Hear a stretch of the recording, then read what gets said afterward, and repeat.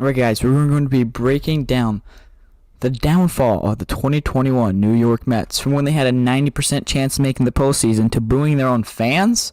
All this coming up. Alright guys, the Mets will finish out the 2020 season with a whopping 26 wins, tied for last place in their division. And they go into the offseason looking to spend. New owner Steve Cohen is going to take the job away, and he's looking to spend some money. Notable free agent signings. We're going to pick up James McCann to a 4-year, $40 million deal at the beginning of the offseason. They're going to pick up Taijuan Walker to 3 years, Trevor May to 2 years, Jonathan Villar on a 1-year deal, and Aaron Loup on a 1-year deal.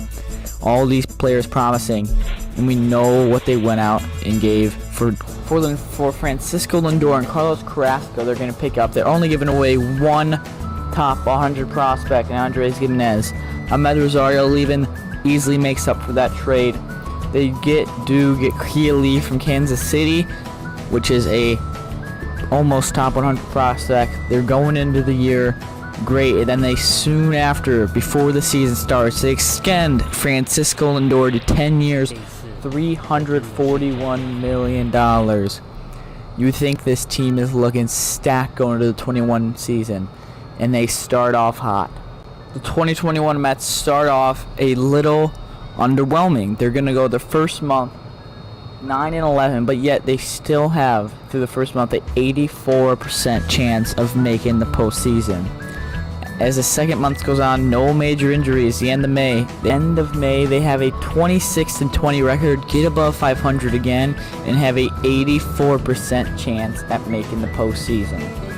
Going into the month of June, at the end of it, they still have a 75% chance of making the playoffs, while the Braves, the winner of the division, only had a 15% chance.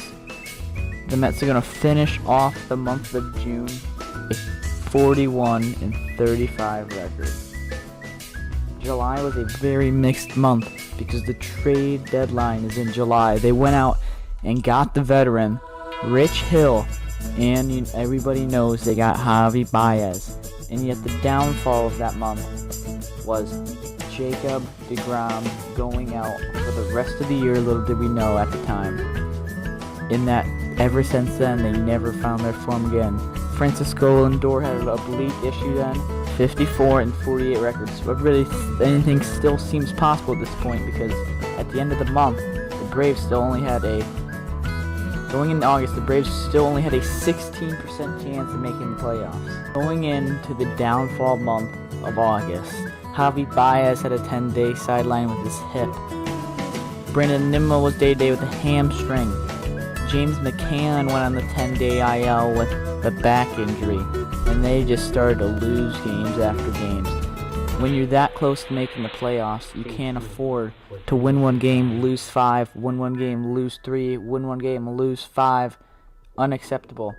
And at the end of the month, they go from a 31%, from July 31st to 71% chance, to at the end of August to have a whopping 2% chance of making the playoffs. And the Braves did the exact opposite. They started winning games, and at the start of the month, 15%. At the end of the month, they had a 81% chance to make the playoffs. The Mets also wasn't just injuries, people underperforming. Carlos Carrasco underperformed. Michael Conforto underperformed. James McCann wasn't insanely good, but again, he had that back injury, missing their starting pitching. The bullpen, Trevor May was struggling during the year. Dom Smith didn't have the greatest year ever, and we all know Francisco Lindor struggled the majority of the year. In the last month of the year was almost worse than their downfall, August. They had multiple losing game streaks of 4 or 5 games. They started off the month on a 2, 4, 6, 7 game winning streak, and they still couldn't get that comeback to beat the Braves. Going into the next season, they're going to lose Aaron Loup, which was a best reliever by far. He had a below 1 ERA with them. There's thoughts of them losing Javi Baez. They're going to lose Conforto. I don't know if they're going to get better or worse next year unless Steve Cohen's willing to spend some money, which he has the money to do so. The Mets just always find a way to lose, no matter if they're winning by 10 or winning by 1, they will find a way to lose that game. Going in next year, I see them right around 500 again. I don't see them winning, making the playoffs, unless they can really actually pick up some real people. DeGrom never gets injured for more than an extended amount of time, and people start not underperforming but overperforming as well. I think they're going to need pickup to be good next year. I will go with 3 main guys. First, they're going to have to re-sign Marcus Stroman, who posted an ERA around 3 in 33 starts last year, which was their best consistent guy when DeGrom got injured. Next, I think they could pick up someone like Bryant, especially if they lose Baez. They've had interest in Bryant for a very long time, but now they actually got to sign him. And lastly, Starling Marte, the veteran, who led the lead in stolen bases, going to get on base, play solid defense out there. If they get those 3 guys, and DeGrom's healthy, I don't know how they miss the playoffs another year.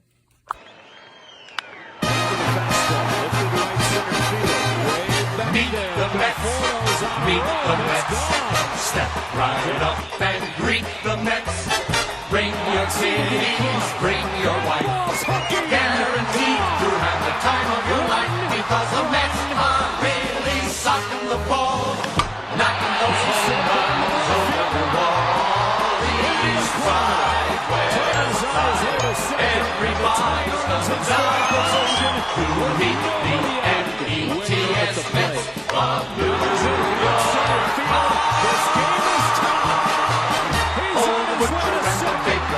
People on the streets, there they go to meet the Mets. Oh, they're hollering and cheering and they're jumping in their seats. There they go to meet the Mets.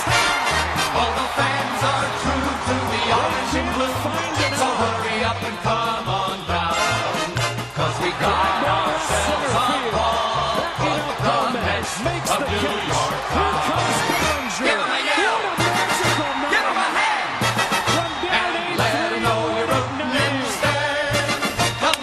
The 2-1 in the air out to left field, and this ball is off the base of the wall.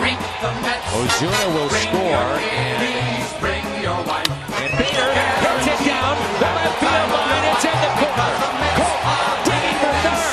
They're going to have a man. There comes a relay. They can't handle it.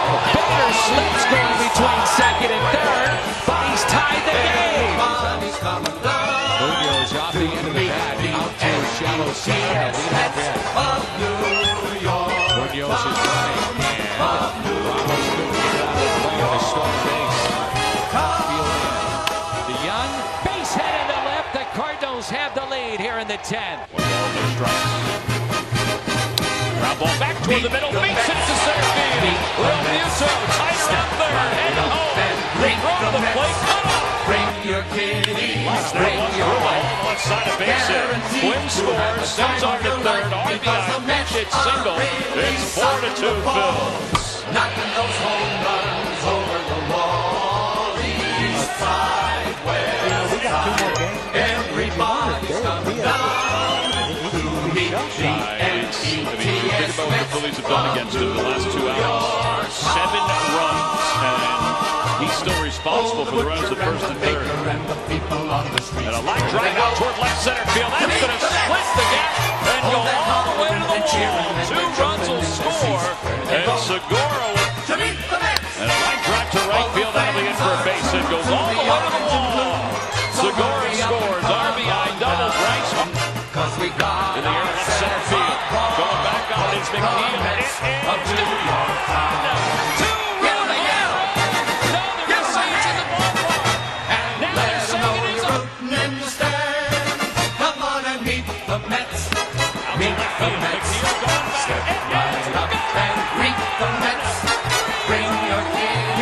Bring your wife. High drive to the left. Going back on the ball, McNeil. That's the warning track. At the wall! Hello, Over the wall, east side, west side, everybody's coming down to meet the METS Mets of New York. And the 3-1. Popped up. Castillo. dropped the ball. He dropped the ball. Here comes Teixeira. And the Yankees win. Oh, my goodness.